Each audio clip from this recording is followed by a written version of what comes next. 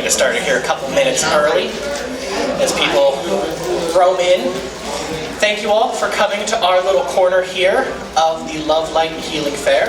This is the Huz Ghost Stories live episode and presentation. We are recording on this camera here, and we have our lovely duo over here helping us as well. They are going to try to keep you guys out of the camera shot, so don't have to worry about anything like that. After the show, we do have flyers over here that have a QR code, so if you do want to check out our YouTube channel, Spotify, Facebook, anything like that, you can find it through there. But I am your host, psychic, medium, and Reiki master, Andrew Huzar. To my right here is my beautiful co-host. Thank you. The most professional and knowledgeable college professor this side of the Mississippi. He is my cryptid expert and lore master, Professor Alex Wheaton. Over there on the green camera is our director of photography, the always beautiful, long-haired stallion, Megan. And then to her left, also on my right, I don't rehearse any of this, is our newest team member. He is our rookie, which means he is our bait on all of our investigations. When we go to Helltown, he will be the one that is doing the Bigfoot calls to try to draw him in. He is our muscular man, Jonathan. We are missing one of our co-hosts. He is in Buffalo doing New Yorker things. But a little about our show for anyone that doesn't know us. Our show is titled Huz Ghost Stories.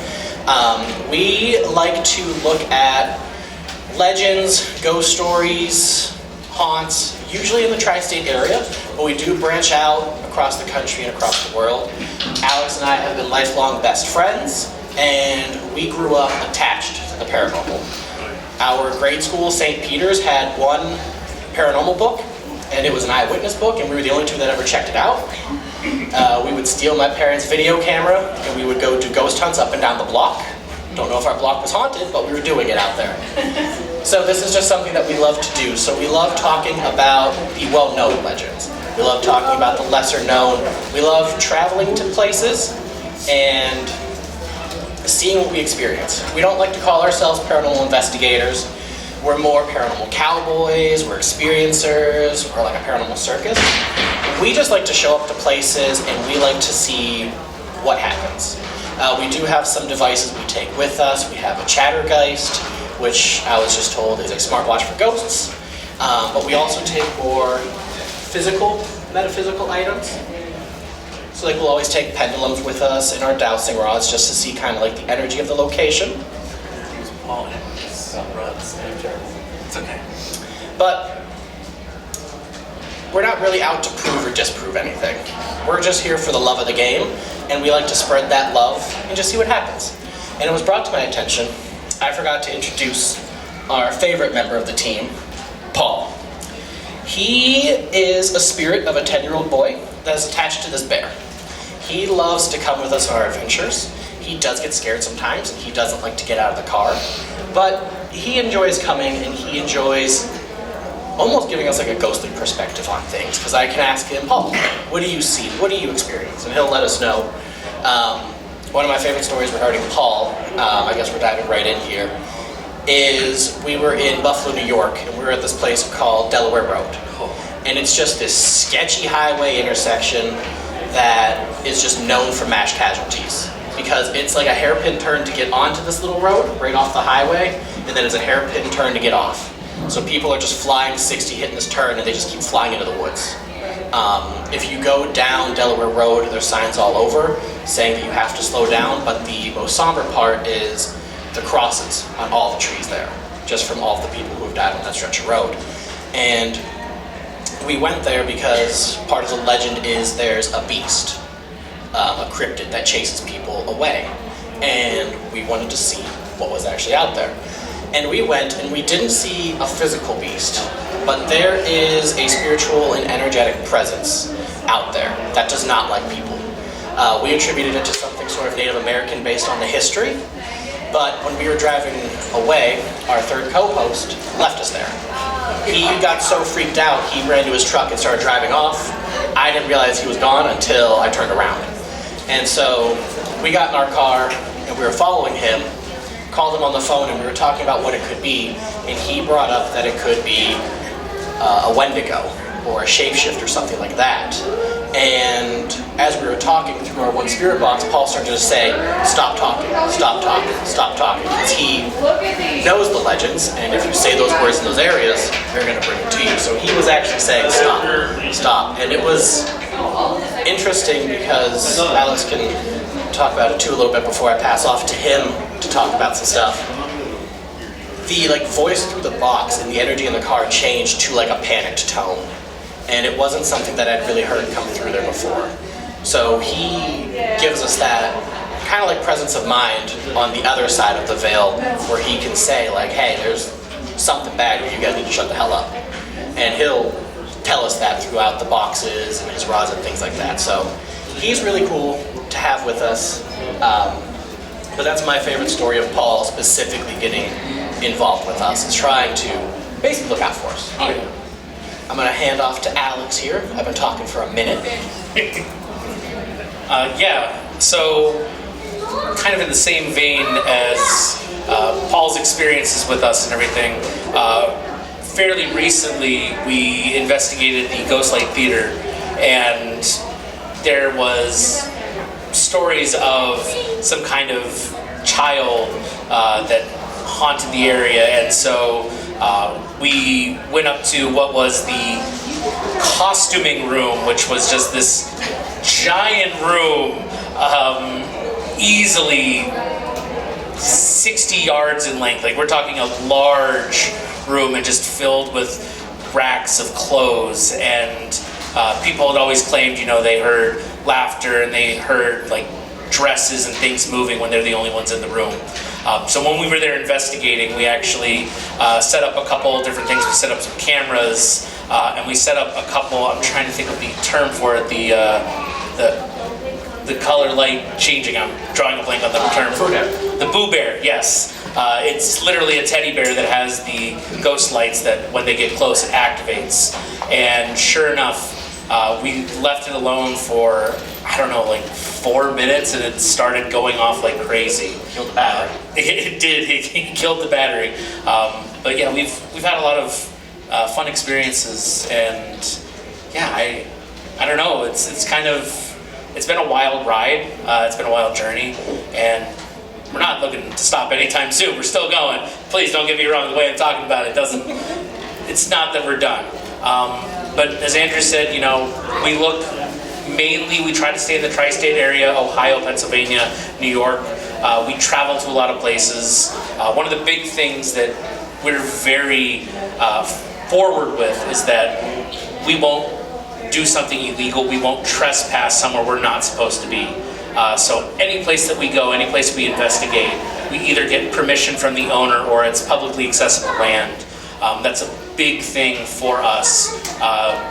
Kind of like the old naturalists, when you visit a national park, they say, leave with memories, don't leave with souvenirs. It's the same kind of idea when we go to any of our investigations. We don't intend to take something with us. We simply want to go there, experience, and maybe bring a positive energy to that place. And I think, if you don't mind, somewhat locally here, we have Wintergreen Gorge, and if you're from the area, Wintergreen Gorge is a beautiful stretch of land that's right here in Erie, and there's been stories of hauntings on trails and whatnot, and so we went to investigate.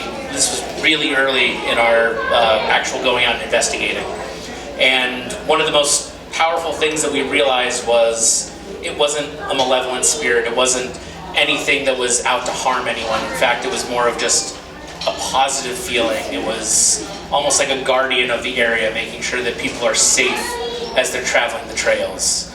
So yeah, we try to bring that calmness. We try to not agitate things any more than they need to.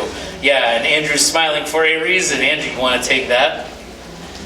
So, as a medium, as a psychic, as a Reiki master, I also do a lot of energetic cleansings. So sometimes if a place is known for a specific event happening with ghosts, or almost like a malevolent energy. But sometimes, like, you'll hear, like, if you go in this room and you sit here, like, you'll get grabbed. If you're walking this trail in the woods, like, you'll hear voices, and those are always part of the legends, and those are the parts people always latch onto. So one of the things I like to do is I want to find out if that happens and kind of if something triggers it. So I'm known kind of for kicking the bee's hive sometime, and I don't always tell people I'm about to do it. And it's a pretty good success rate, but there's a few ways that I'll do it. I'll try doing it like a peace offering way. We have a literal bucket of quartz crystals that we'll take with us that I call my ghost battery. And we'll set that in the room with us, and I'll say, hey, any spirits in here, you can drain the energy from these crystals to do what you want. You'll see in a lot of ghost hunter shows where they're like, use my energy. I don't like to do that. I don't want them zapping me, so I'll let them just play with my crystals all they want. And a lot of ghosts, that's enough to get them to act up and do stuff. Some of them, though, like, they don't like that, so I'll kind of poke the bear a little bit. I'll try to agitate them. I'll get them going, especially if there's something malevolent, kind of taunt them a little bit just to see what the energy changes to. Because that's an important part of all of this, is when you're walking somewhere, if you're going on a ghost hunt through like Erie Cemetery, you want to know what the energies around you actually are. And you'll always hear the horror stories. No one ever tells you like the peaceful stuff. So I always want to test, okay, what's the peaceful vibes? And then also, like, this person talks about seeing this black dog that chased him out of here. What can we do to try to get that to happen? And things like that, a lot of times they don't happen. And, we kind of, like, find out that it's the legend just growing over time. And a lot of legends, they are based in fact. But one of the favorite things that we like to do is when we find a legend, we try to look up the old newspaper articles that started it. So when we talked about Axe Murder Hollow, we went through, and all the different variations of the legend, we went through and found the old newspaper articles that kind of started it to find out the basis of it. When we talked through Erie Cemetery, same thing, because the vampire crypt is famous around here. So we wanted to see, okay, what actually started this, because everyone has a different version of the story. So we like finding kind of like that origin of each legend. Some legends are less legend, and they are fact because humans are really freaking stupid. And those are my favorite ones to talk about, and I bring those up as I call them surprise episodes. And my all-time favorite one is the Lincoln Park Golf Course out in San Francisco, California. If no one's ever heard of it, it's an interesting place. So the golf course originally, it was a potter's field. So the poor people were buried there. International immigrants were all buried there. It was just where the poor people would just put their bodies. Well, someone bought the land, and they noticed that it looks over the bay and the bridge, and they wanted to build a golf course there. However, it was too expensive to remove the cemetery. So they didn't remove the bodies, but they also didn't take all of the headstones either. So as you're playing golf on this golf course, you can even like see pictures of it where people are like chipping next to a mausoleum, or people are driving next to people's headstones. And my favorite part of the legend is because they didn't remove anyone, that every time they do maintenance on the course, they're finding body parts. There have been golfers that have went to grab their ball out of the sand pits, and they've seen hands just reaching back out of the sand at them. Because golf courses are naturally eroding, and this one's got people buried 6 feet deep. So anytime they do anything, more bodies get dug up, and to this day, they will not do anything about the problem. If you find a body part, they just kind of shrug their shoulder like, well, When they did the clubhouse expansion. Yeah. They were expanding the walls of the clubhouse, they dug out the foundation, and bodies were just falling out. And they were like, I guess we gotta shuffle these off somewhere. Yeah.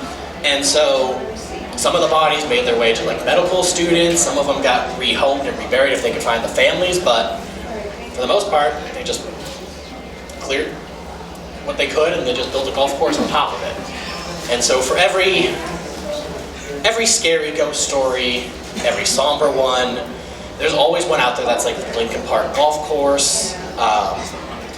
There's the haunted toilet down in Texas, St. James Motel.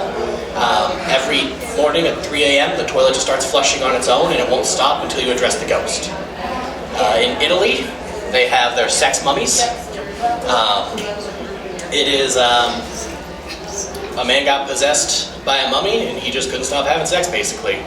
And then in Pittsburgh, locally, there's the Pittsburgh Mold Man, which is different than the Green Man. Yes. We found out. Green Man and Mold Man, two very different stories. But the Mold Man, what's great about him is his mausoleum wasn't done being built yet, so they just had the funeral and put his coffin in a random crypt until his mausoleum was done. But the legend is, every morning, the gravekeepers would come to the cemetery, that crypt would be open, his tomb would be empty, and they would see a trail of moss and slime, and his body would just be laying somewhere else. It would be like he just got up and walked around. And that's one of my favorite legends that comes out of Pittsburgh. It's just absurd. But it ends with, once they finished his mausoleum, he never left his crypt again. Stuff like that, obviously, like, I have no idea what actually happened or didn't happen, but it's a fun story. And the fun ones, the funny ones, they're oftentimes my favorite, but those are the ones I like to surprise them with. I'm like, guys, you will not believe. There's a golf course where you can go and just play 9 holes and find a hand at the same time.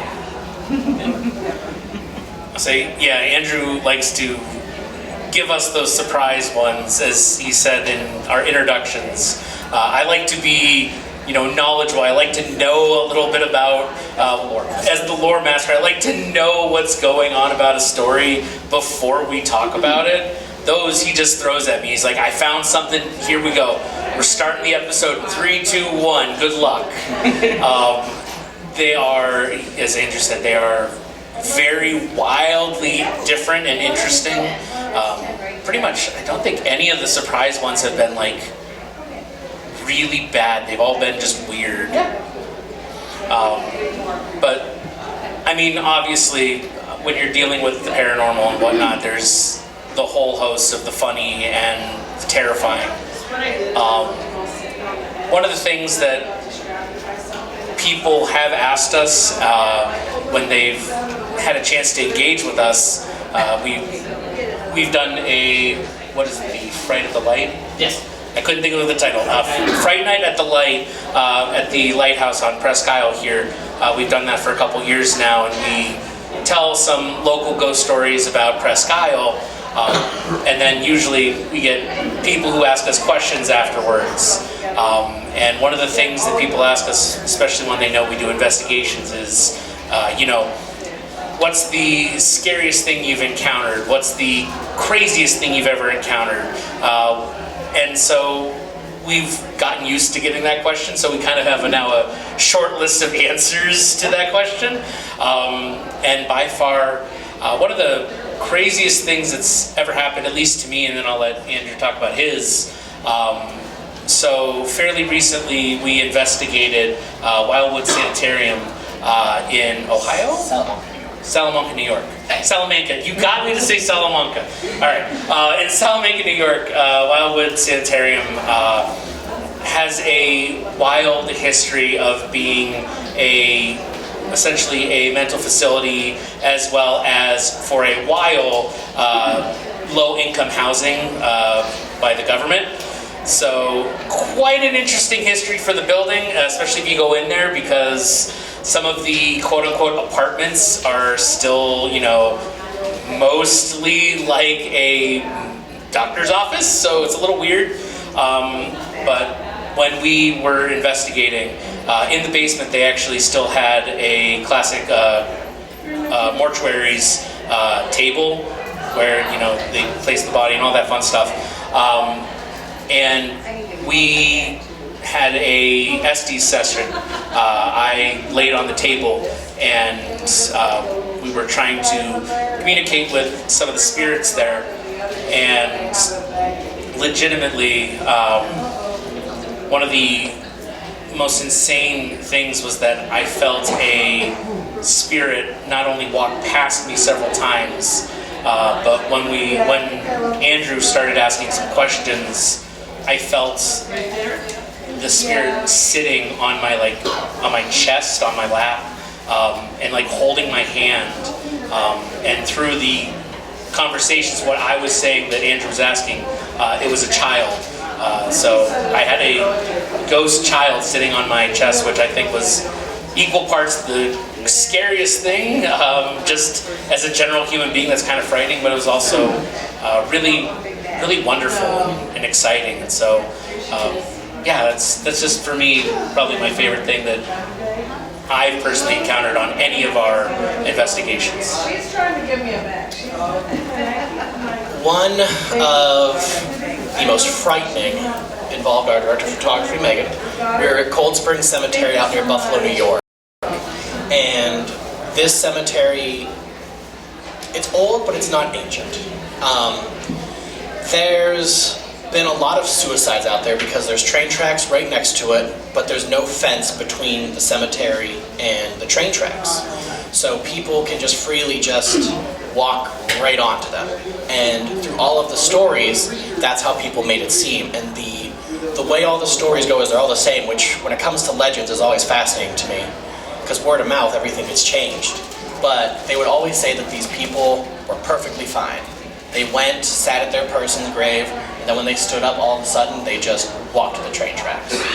And the cemetery is divided in half. There's the older section, and then there's a road, and then the other section is on the other side, and then there's the train tracks. So we checked out the older section first, which I thought was creepier because of their holding crypt. It was really weird looking.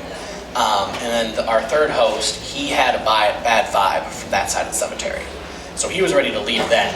So I was like, all right, well, let's go check out the other side, see what it is. And over there was more like soldiers' graves, we noticed. But we split up because we were looking for one specific soldier. They had someone from the Civil War, and we wanted to see his grave. So those two split up, and then me and Tyler went the other way. And we always take walkie-talkies with us.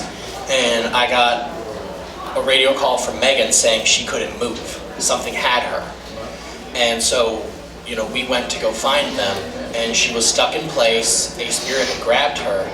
But what we quickly noticed is she was like 15 yards from the train tracks.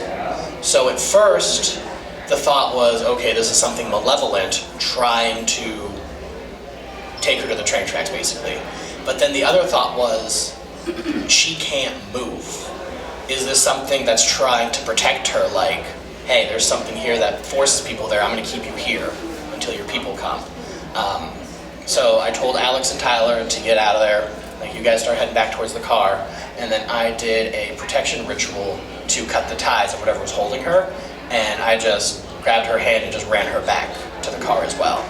But that's definitely one of the scariest ones, because in the moment you don't know, and she's just stuck there. She was terrified, she was crying, and we just booked it out of there. But then looking back, it does ask the question of, was this something trying to hurt her or something trying to protect her? Because there are just so many people that just go there and just, they're gone. One of my favorite things that I've gotten to do alone is I got to go to Helltown with my friend Cody. And Cody is a cryptid hunter, specifically Bigfoot. But Helltown has an insane history in Helltown, Ohio. It's Boston Township, Ohio now. The town itself is pretty much gone, besides like a weird murder barn and some other like little like random plots of land. You can walk through there, but the road's closed to driving. It's a really neat place because it's abandoned. But the cryptids that are out there are insane, and he was telling me, and some of them are, there's this giant snake that a satanic cult had out there. There's government experience, but the biggest thing is allegedly out there somewhere is a Sasquatch family unit. And that's why he took me out there. And unbeknownst to me, I was the bait. He was doing his Sasquatch calls, and he had me standing like 20 yards away from him. And I was like, can I come back over near you? He's like, no, you gotta stay there. I was like, why? He's like, well, if something comes, I want them to come to you. I was like, excuse me, I just have a backpack and a camera. What are you doing? But while we were out there, we did an investigation of the haunted, I call it the murder barn. I don't think it is a murder barn, but that's what it looked like. And when we were walking back to the car, it was maybe like a 2-mile walk, and it was pitch black, but there was something in the bushes that was actually following us. And I could feel its energy, but I couldn't see it. I pulled up the night vision camera, and the only thing I could see is just shadows in the bushes and the trees. And Cody is also a hunter and an animal expert, and he knew something was tracking us, not the other way around. And when he got scared, I knew that was my turn to, okay, this isn't good if the hunter is scared. Whatever it was, it didn't attack us or anything. We still aren't 100% sure what it is. Based on the sounds that we were hearing and that were back on the video footage, Cody believes that it was he believes it was a Bigfoot or some sort of other cryptid that was following us, because he described it as something intelligent, to be tracking us and then making the noises it was, because it wasn't, the way he described it is it wasn't weaving through stuff accidentally, it was purposefully picking where it was walking from the sounds he was hearing. It wasn't downing trees, it wasn't breaking branches, it was picking its steps. So it was something he thought was intelligent and humanoid, and that made it all the scarier. But kind of same thing with Cold Spring Cemetery. Once that happened, we beat it back for the car very quickly. And Helltown's a place I'm excited to take these guys to, especially since we have new bait. I don't have to be bait now. No, he doesn't. But that's one of the things that we love is we love checking out different places with different legends, different stories, different vibes. Anything paranormal and supernatural interests us. And even if we go to a cemetery or a location for a specific purpose, we went to, I always forget the cemetery's name, but we went to see a president that's buried in Ohio. Is it Madison that's buried there, or Grover Cleveland? Grover Cleveland's buried out there. So we went to do an experiment because he was a spiritualist. So we brought our REM pod and stuff. We were trying to get him to run back and forth and touch things for us. But while we were there, we learned of these other cool graves that are also haunted, the Huzar, Angel. So we make sure to check out those as well, and just kind of see what we do, kind of like tourists almost. I'm going to pass it to Alex here for a little bit before we get to a possible surprise for him. Oh, wonderful. Yeah, so one of the things that we said at the beginning, we're not trying to prove or disprove anything. And so one of the things that often comes up from people is, how do you know it's real? How do you know you've experienced something? And honestly, that's one of the hardest things to say or to respond to, because it's my experience. I don't know how to share with you my experience other than to tell you about what has happened, or in the case where we happen to have recording of something we can show. One of the more impressive, what we would say is undeniable proof of these types of experiences. A while ago, we got to investigate the Eagle Hotel and Judson House, and it was really fun. It was really it was an exciting time. I mean, I still get excited thinking about it. Yeah. We went up to the top floor. It was a bucket list item. The top floor had a former dance hall, and we got to go up there, and I got to, while during an Estes session, I could feel the floorboards moving from dancing, not people moving around, and they were not close to me, so I felt movement all around me, and I could hear some voices coming through, different people having just conversation. So that was a really cool moment for me. But earlier that night, we went in with a little bit of background, but not a whole deep dive into the history, and a spirit had asked Andrew to step inside the closet. And close himself in the closet. I didn't close myself. Well, you closed yourself. They closed me in the You closet. closed him in there. But Unbeknownst to me. But the spirit wanted to talk to Andrew privately, away from other people. There were other spirits in the house with us, and Andrew heard very specific details of a very gruesome crime, and how things played out. And after we wrapped up that part of our investigation, about an hour later, the curator of the place actually was telling us the history, and she was going over the history and mentioned, one of the things that's not in the public record often is that particular crime, and was going into the details. And what at the time for Andrew, Megan, and I, we had no clue. We were just like, this is really weird. We didn't know anything about this. An hour and a half later to find out this is a crime that happened there. That was for us, undeniable proof that a spirit who was there, who was a victim, spoke directly to Andrew. And for me, I mean, that proves without a doubt for me that we definitely experience things on a good number of our trips. But there's definitely been a couple where we've gone and we've not experienced anything, which does happen. As Andrew kind of said back in the beginning, some legends take on a life of their own. A lot of them come from a place of truth, some kind of real history or some event that causes people to feel a strong way about a place. But other times, we just, as humans, we're afraid of something, and so we create scary stories about it, and that becomes its own mystery, its own mythology. And then when we go to investigate, we're like, there's nothing here. It's just kind of a creepy place. So, yeah, I don't know. That was my little thing I wanted to talk about. No, he's definitely right. It's hard to talk about your feelings that you get from a place. And I think that's how some of these legends get these extra added stories, is people just feel a presence, they don't know how to describe it, so it just jumps to I felt this, and then all of a sudden a tree branch broke, so it tried to kill me. And so many legends kind of evolve from that. We've talked about things that have a really cool story, and once we dive into the history, it's like, God, none of that was even true. So many times.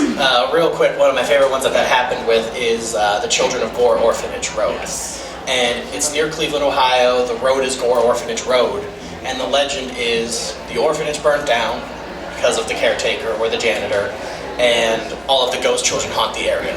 And the place is cordoned off, you're not allowed back there because the ghosts will kill you, all sorts of crazy things. When we dove into the history, there was never an actual orphanage there. It's always just been a neighborhood. And then there was another one down near Pittsburgh, demons blew up the house. And when we looked into the history, the house never blew up, it was just demolished. So there's just an empty lot that people are like, that's creepy, I bet. And things just evolve from there. So that's always kind of one of my other favorite things, is you hear this amazing story and then you're like, oh, I'd love to go there, and then it's just actually there's nothing there. The 7 gates of hell, right here near Erie. If you're driving through the woods, there's this weird just gate. No fence, just a gate leading into the forest. The legend is if you go at nighttime and you pass through this gate, and you follow this certain path through the woods. It's only visible at night. Only at night. You'll see these, one by one, these 6 other ghost gates. Almost like stargates. Yeah. And once you get through all 7 of them, you walk through a portal to hell. And there's no mention of any other gates on this property. It's just this one random gate that a fence probably fell down for, but people thought that was weird, so now they go at nighttime searching for these other gates, which I don't know why you want to go to hell, but they do. So I don't know. I think we have about 15 minutes. I don't know when they're going to pull the cord on us, but I'm going to ask our rookie Jonathan to come up here. You can just stand over here next to Alex, or between the two of us. Between the two of us. Okay, here we go. Let's go. I'm going to need a little audience participation on this one, but one of my favorite things to do randomly on a spur of the moment is I like to play games on our show. Again, like I said, so many legends are just created out of nothing that I love trying to make up our own, essentially. So, show of hands, does anyone here have a favorite cryptid that they don't mind sharing with us? We got Bigfoot. I like the absolute just point to the hat. It's Bigfoot. All right. I mean, that's fair. So we're going to build our own cryptid in the vein of Bigfoot. So our own Bigfoot. Our own Bigfoot. The purpose of this here is it is a cryptid. We'll say he's a sentinel of nature. Okay. Bigfoot is protecting the nature, so our cryptids have to protect their areas. Can I call him Big Toe? You can call him whatever you want. Okay. So the goal here is all three of us have to create our own Bigfoot. We get to pick any head, any body, and any limbs of any real or made up animal. Question. Answer. If it's in the vein of Bigfoot, Does it have to be large? I'll say, does one part have to be abnormally large to the others? It is up to you. I will say the creature is the size of whatever animal head you pick. So if you pick an elephant, it's as big as an elephant. I want to point out that I think Bigfoot's feet are probably proportional to his body. Probably. It's just big dust. There. But, so you guys can start thinking here. But this is a game we've played multiple times. We've done Building Cryptids, we've done Building Ghosts. My favorite one that we did recently was we did the Snallygaster. And for anyone that doesn't know what the Snallygaster is down in Maryland, it's basically an osprey that swallowed an octopus and someone just thought it was weird. But the cool thing with the Snallygaster is every time someone sees it, it's completely different.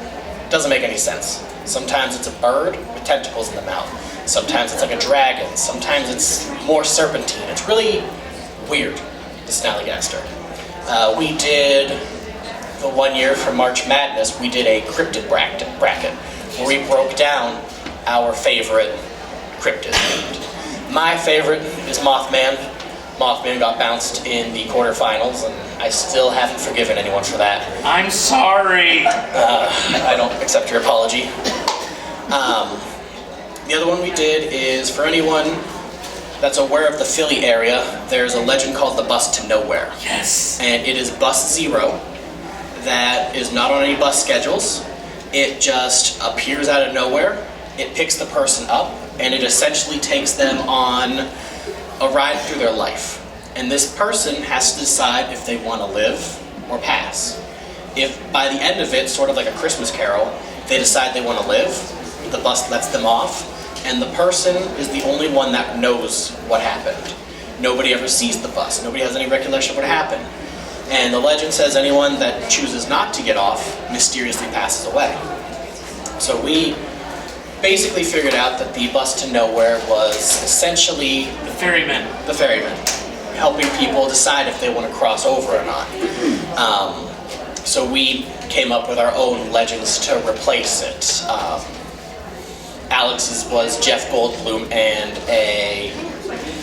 basically a four-wheeler that would just take you on a ride. No, I was a skeleton on top of the bus with a long oar. I was close. That's not close. Yeah. I mean, maybe. He came up in one of our episodes. He did. I don't remember which one now. Mine was a pontoon boat with 80s Tom Selleck. Yes. And the idea was you were just cruising down the lake, drinking beers with him, fishing until you decided what you wanted to do. So these games, they're nothing new to my co-host, they're new to him. Yeah. But they're nothing new here. So Alex has something cooked up already. So I'm going to pass to him first. I've been so distracted by his, I didn't even think. You got time. You do have time. Hold on. Hold on. Come around the back. Give me time to think. I know, I'm giving you time to think. Perfect. Yes. All right. See, I can't help myself. I'm a weird creative person myself. So the moment Andrew said, pick your body part and everything, I'm like, yes, I got it right away. So my Bigfoot adjacent is not a Bigfoot. He's Big Mouth. He is the head of a hippo. Perfect. Hippo's got a big mouth. What can I say? Big mouth hippo, body of a polar bear, What? tail of an alligator, and the fins of good old Nessie, a plesiosaur. He's the protector of the waterways. I hate that I don't hate it. Good old Big Mouth opens up and eats the bad people out of the lake, out of the river. It's gonna be tough. You want to start poaching fish? Nope. Big Mouth's got you. Home. That's tough to beat. I know, right? Need more time? Yeah. Of course he needs more time. I mean, I also drew my rough sketch of him too. I've been so distracted. I'm sorry. All right. Oh, all right. Let's bring this down because I had one idea, but it's not going to beat the hippo. That's a problem. What do you mean it's not gonna Not going to beat beat it? the hippo. All right. So right away, he's going water. I'm going to go land. Now I'm going to go ahead and I'm going to pick. Oh God. My head is, I don't know why I picked land now, but my head is that of a cuttlefish. A cuttlefish. A cuttlefish. So it does get the camo capabilities of the cuttlefish. Does it get the tentacles? It I mean, does it's not get tentacles. It gets them. It'll be coming out of its mouth. Okay. Problem is now it's a real small animal. I'm gonna go the body of an ostrich. So it scales down. It scales down, but I want that long neck. So I want tiny body like a chicken, neck that's like 4 feet tall with a cuttlefish on top. Why not go with a giraffe? That's what, too late. I wanted a bird body. Too big. Too big. Can't scale that down. Okay, fair enough. For the appendages here, I want the legs of a roadrunner, No. and Giraffe. I want the arms. Wings or arms? I want the arms of a grizzly bear. So, mine is prowling the deserts down in the southwest. All right, this is the southwest big paw. Big paw. Big paw. Because its paws are the biggest part of its body. But the idea is that he protects the desert. And he is so fast that if you're a litter bug, if you're doing something reckless, if you're doing something you're not supposed to be, he can be up on you in a heartbeat. And, I can't think of cheetah. Fried cheetahs existed. And he runs up on you. He's got these bare paws, so if you're real bad, he can eviscerate you. And he's got the little tentacles coming out, so he can also grab you with those tentacles. But How's the camouflage work? Because you said they get the camouflage. I'm getting to. Okay. So, Does he disguise himself as a cactus? he could. Bigfoot, hard to get a picture of, a video of. He's always just incognito. He's either hiding, blurry, depending on the stories you hear. He's a shapeshifter or invisible, transparent, whatever. That's where the cuttlefish comes in because he can camouflage himself to his environment. So just whenever he attacks you, whenever he's right up on you, whenever he scares you, bam, he's looking like sand. He's looking like a cactus. He's looking like your car tire. You don't ever really get to see him because he's so fast. He sneaks up on you, and then he just melts right into the background. And that We're saying is like this big? 4 foot neck. 4 foot neck. Yeah. But like this small body? Yep. Bear paws. So that's the southwestern big paw.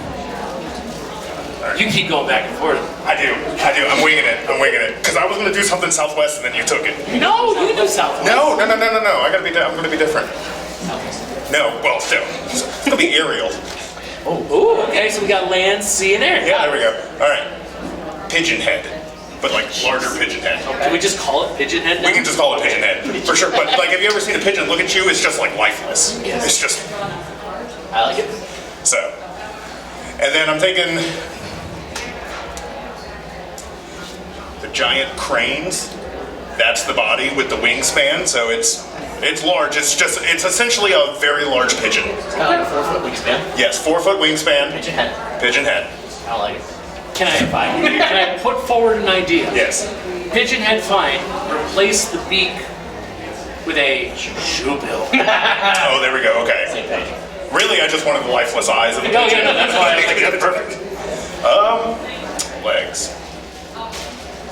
Keep the wings so big. Yeah. No. Huge wingspan. Stick. Yeah, so it needs some girthy legs.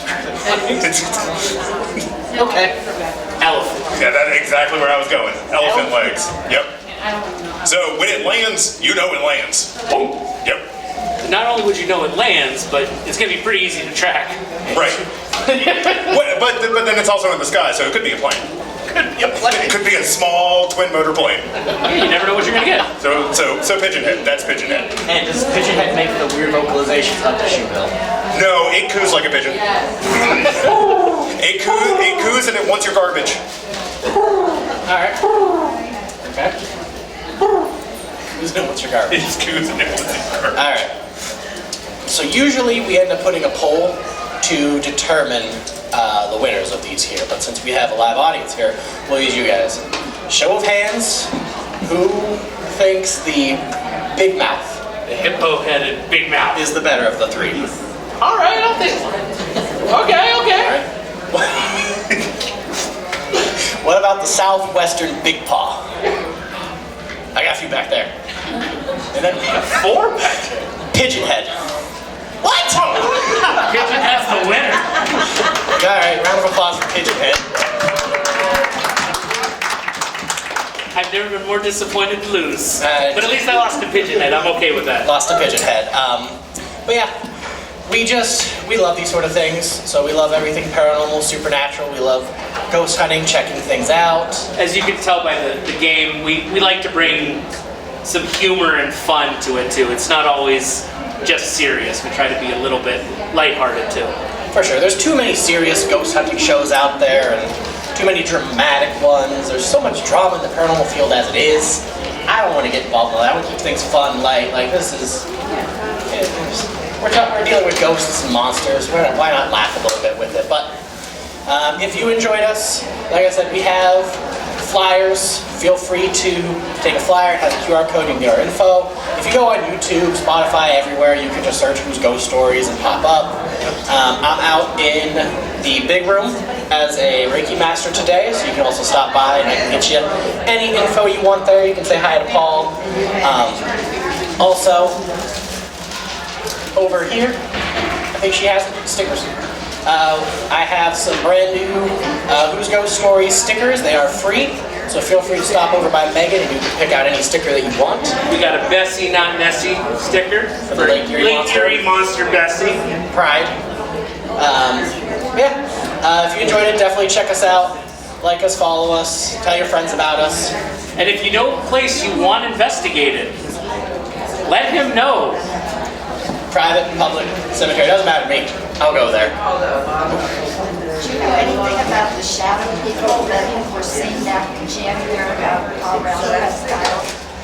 No, so I'm not sure, but I have a theory about it.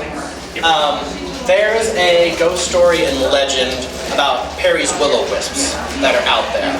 And there's different thoughts on what they are because it's tied to Misery Bay. So there's the legend that the people that were put down out there because they were sick and they were drowned, that their spirits haunt Presque Isle. Yeah, there's theories about what they are. There's some that think they're malevolent, wanting revenge because the captain of the Niagara, Jesse Elliott at the time, it was his order that basically euthanized these soldiers that were sick, but he didn't want to waste the ammo because Buffalo got sacked by the British. So he was waiting for them to come to Erie. So he vacated the town, and anyone that got sick, he ordered to be drowned in the bay, which is where the name Misery Bay comes from. And there's a little pond next to it called Graveyard Pond. That's where they would haul the bodies to. So those spirits are said to rise up every night, stalk Presque Isle. Some people call them protectors, kind of like the Wintergreen Gorge ghosts. Other ones think they're malevolent, like if they catch you, they're gonna treat you like you were the one that killed them. So my thought is when the shadow people started popping up, that there was already some weird things like happening in January, kind of like worldwide. There was a lot of astrological stuff, there was just a lot of like weird ghost stuff and like even alien stuff happening, and Presque Isle's been a hotbed for aliens as well. And I think it was the spirits of those soldiers that they became kind of like, I don't like saying powerful enough because it implies that they didn't have power beforehand, but they became more active and strong enough that they were able to pierce the veil easier. And that's what I think the shadow people were, is they were these spirits taking on a more physical form than just the ghostly like apparitions that they're known for. So that's what I personally think it was. And I don't think anyone's really come up with an answer because it happened and then it was gone, basically. So that's what I think it was. It's just those soldiers coming back. Yeah. So if you guys look into stories of the giant skeletons that we found in the caves then transferred to Gannon, then transferred to Smithsonian and disappeared. We haven't yet, but that's one of the ones that So, we yeah, really that's want to on the talk list. about. Those, all of the giant mounds as well, because all of that stuff just fascinates me. And that's kind of one of those things where, like, I don't understand how that's not like a bigger talking point. It's just kind of like, I don't want to say like everyday knowledge, but like people just don't bring it up. And so that's one of the things too that's just like, what happened? Where did everything go? Why aren't we talking about this? Yeah, that's one of the things that's actually on my list too. Yeah. There is another haunted location that is on top of the golf course. Oh, really? It's not out west. Ooh. It's about an hour and a half south of here. Ooh, what's the name of that? Manor. What was it? Hillview Manor. It's an old, it was an old, last time it was open was a nursing home. Before that, it was a pork farm. And the cemetery was in the back of the building, and they built a golf course, and they moved some of the tombstones, never moved the bodies, and they're still there. What is with golf courses building on cemeteries? But I did not hear that one. All right. Thank you for that one. That is on the list, and if that's not far away, I might go play around a golf there. I'm not very good. Well, you never know, they might help you. If I get a hole in one, I know why. Of course. Anything like that, any like cryptids, haunted locations. My info's on the flyer, on the QR code, all the social medias. Like, always reach out to me, and I'm always interested in learning anything new paranormal. So that does it for our time here. I hope you all enjoyed us. This was our first time doing a live episode. So thank you all for helping us make our own little history here. Yeah. Anything at all, feel free to reach out to us. Thank you for being part of our little paranormal circus today. Stay in the light.